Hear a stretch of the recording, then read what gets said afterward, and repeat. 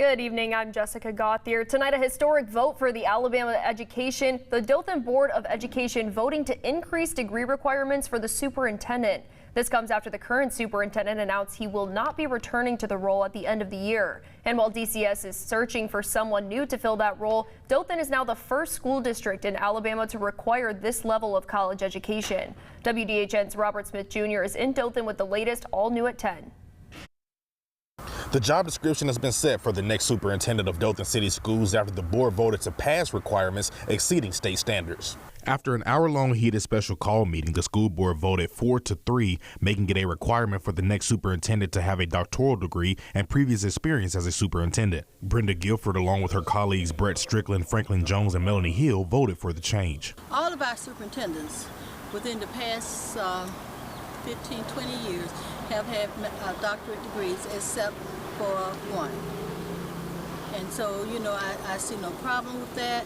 But it didn't pass with flying colors. The vote was contested by board members Amy Buns, Ari Jenkins, and Chairman Scott Childers. Jenkins even bringing up statistics about the leaders of top universities and schools who do not have the highest level of education. 45% of the nationwide superintendents have PhDs. One president in the history of the United States has had a PhD. I think that takes out so many other candidates that may be a better fit for the job. And if the best candidate that we hire has a doctorate degree, then that's great.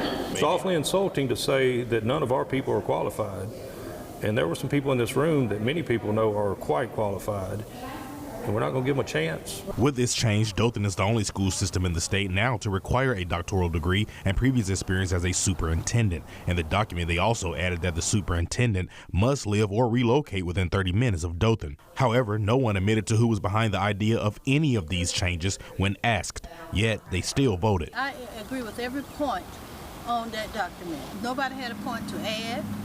Everybody wanted to, we had several that wanted to take away the doctorate degree, and you have to wonder why.